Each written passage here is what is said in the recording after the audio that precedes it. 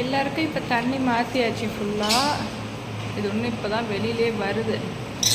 Apple போட்டிருக்கேன், அதுக்காக வருது, இல்லைன்னா வரவே வராது.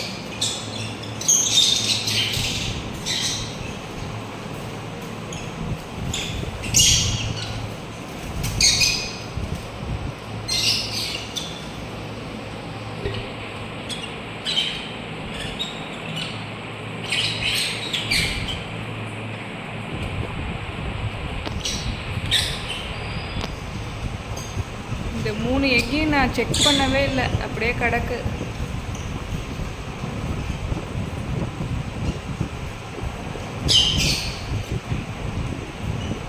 இவங்க 2 பேரும் வந்து அந்த லூட்டினா ஹேண்டிகேப்போடது பிரித்து போட்டுட்டேன் நேற்று.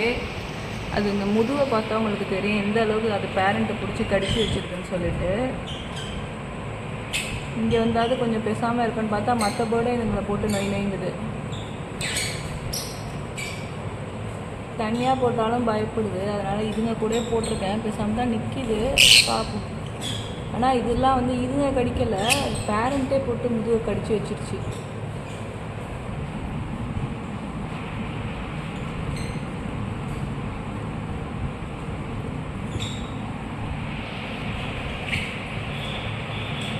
பேலன்ஸ் உள்ளது எல்லாம் அந்த பானை உள்ளார உட்காந்துருக்கு.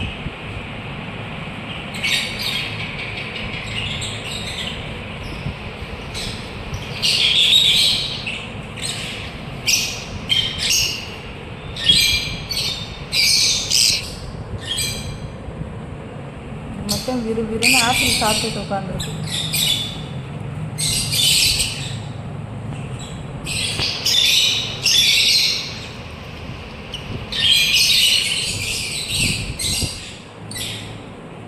இதில் லாஸ்ட்டாக இன்னும் எத்தனை எக்கு வச்சுருக்குன்னு நான் பார்க்கவே இல்லை.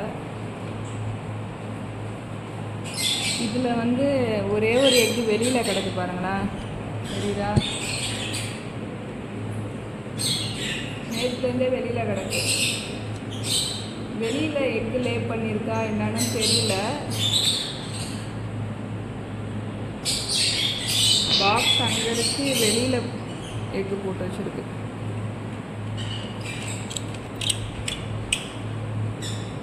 இது லாஸ்ட்டாக எத்தனை எக்கு வச்சிச்சின்னு காட்டினேன்னு தெரியல. 3 எக்குன்னு நினைக்கிறேன். அதுக்கப்புறம் நான் திறக்கவே இல்லை.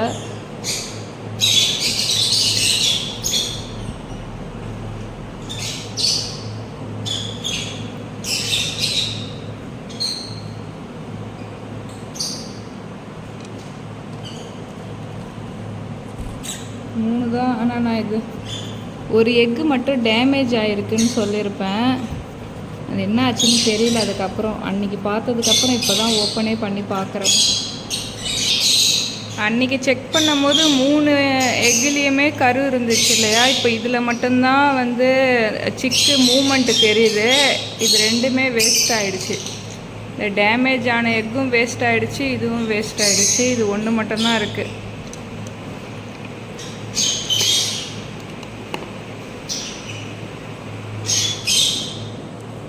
மூட வேற முடியாது, திறந்துட்டா. அதுக்கு தான் திறக்கவே மாட்டேன் எப்போதுமே.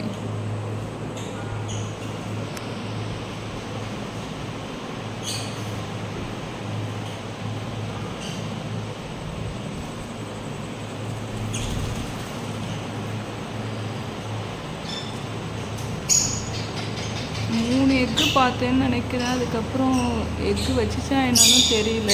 2 தான் தெரியுது. இன்னொன்றுலாம் எங்கன்னே பானை வேற கிராஸாக இருக்கா, அதனால தெரிய மாட்டேங்குது.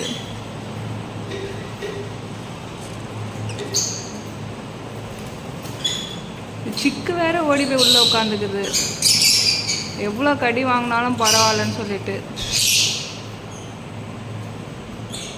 இதுவும் இன்குபேட்டில் தான் இருக்குது. ஆனால் இந்த சம்மரில் வந்து வேஸ்ட்டு தான். எக்கு வச்சாலும் கரு வச்சாலும் ஹேட்ச் ஆகாது. இந்த சம்மரில் பெரிய தொல்லை.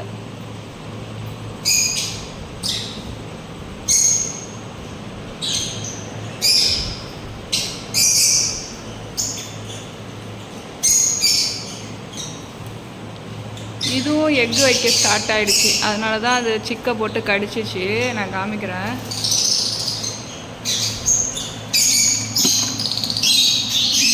சரிதா? 2 வச்சிருக்கு.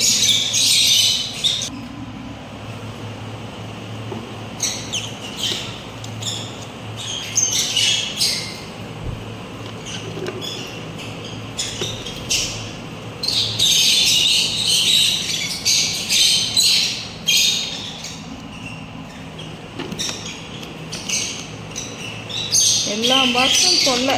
ரொம்ப நாள் ஆச்சு திறக்க முடியலன்னா திருப்பி மூடிட்டு திறக்க கஷ்டமாக இருக்குது.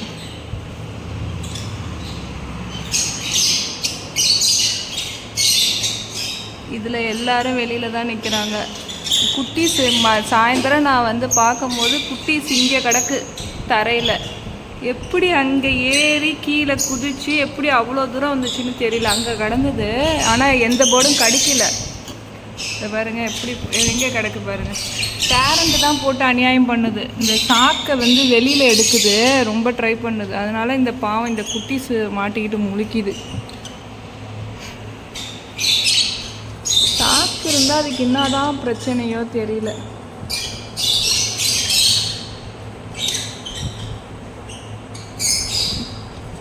வாங்கி கையில் எடுத்தால் வேற கரெக்டாக போயிடும். பாருங்க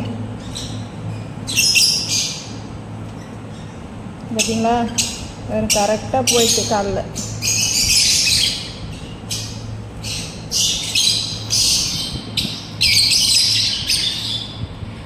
உங்களுக்கு ஓரளவுக்கு நல்லா நிற்கிது. இரி போகாத, இங்கே உட்காரு. டைல்ஸ் இன்னும் காலை வழுக்கும். உட்காருங்க.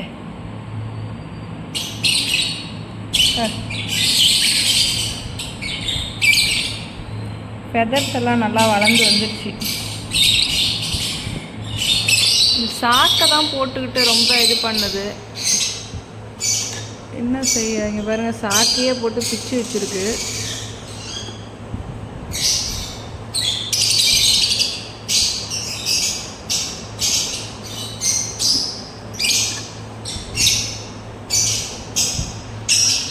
நானும் எடுக்கக்கூடாதுன்னு தான் பார்க்குறேன். போட்டு புடுங்கி எடுத்து வச்சிருக்கு.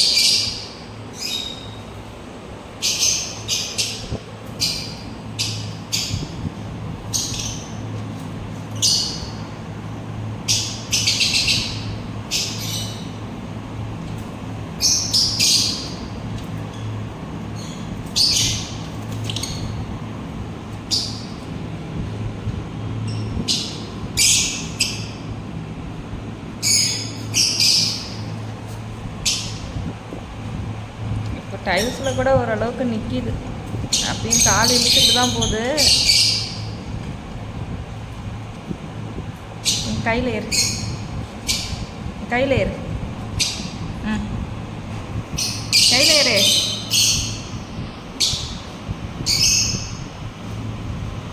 ஃபுட்டு நல்லா கொடுத்துருக்கு, உங்களுக்கு பார்த்தா தெரியும். ஏறு.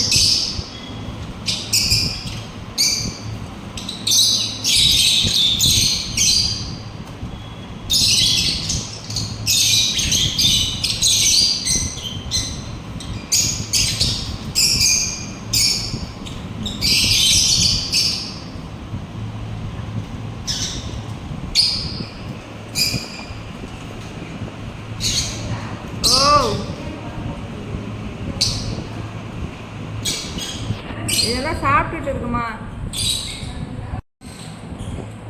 கரெக்டாக உட்காந்துருக்கு காலில்.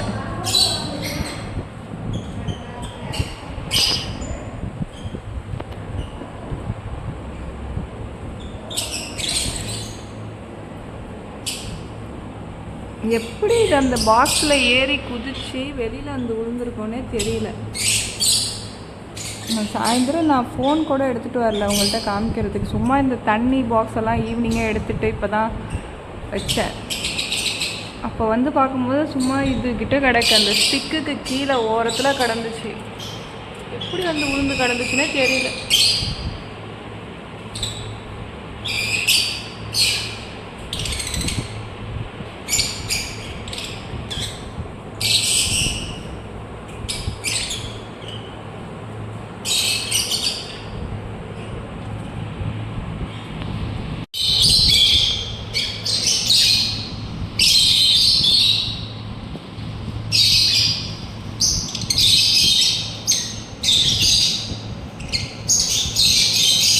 வால் பார்த்தீங்களா, குட்டி உண்டா தம்மா துண்டு குட்டி உண்டு.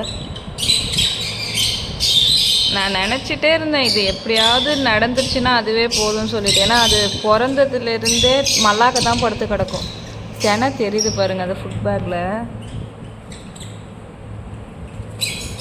ஃபுல்லாக கொடுத்துருக்கு சாப்பாடு. இந்த பேரண்ட்டு நல்லா பார்த்துக்கும். இந்த இடையில தான் அது கால் வந்து கொஞ்சம் வளைஞ்சா மாதிரி ஸ்ப்ளேடு லெக் மாதிரி போயிடுச்சு பாவம். இப்போ பரவாயில்ல, ஓரளவுக்கு கொஞ்சம் நிற்கிது, நடக்குது.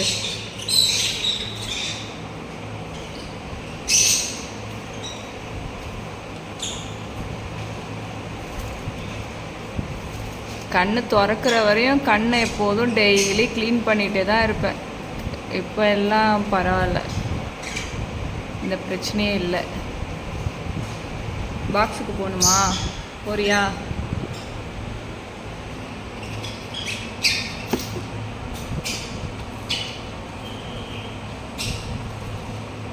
அழகாக இறங்கி போகுது பாருங்க.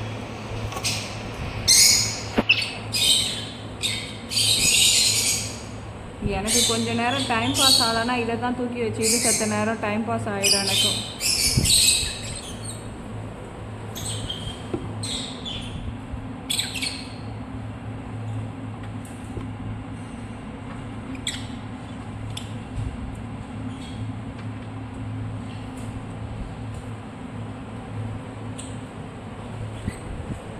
எல்லாம் சாப்பிட்டுட்டு மேலே ஏறிட்டுங்க.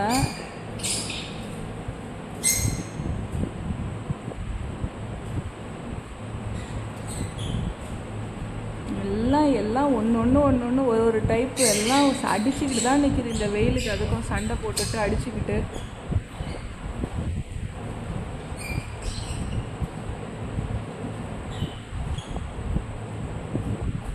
எவ்வளோ பானை இருந்தாலும் பானைக்கு சண்டை தான்.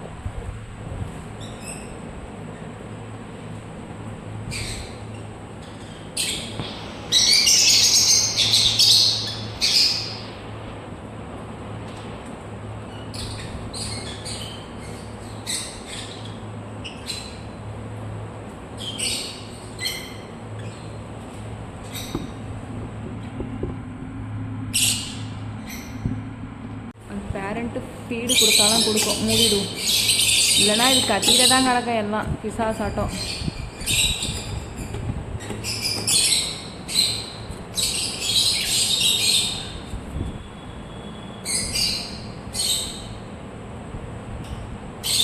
நானும் இந்த டைலூட்டு மாதிரி சிக்கு வரும்னு நினச்சேன். கடைசியில் ஃபீமேல் மாதிரி தான் வந்திருக்கு. பார்ப்போம் இன்ஷா அல்லாஹ். மேலே உள்ள ஆப்பிளை கீழேருந்து எடுக்குது. ஏற்கனவே இது போட்ட ஆப்பிள் ஒரு துண்டு தரைக்கு போய் கிடக்கு.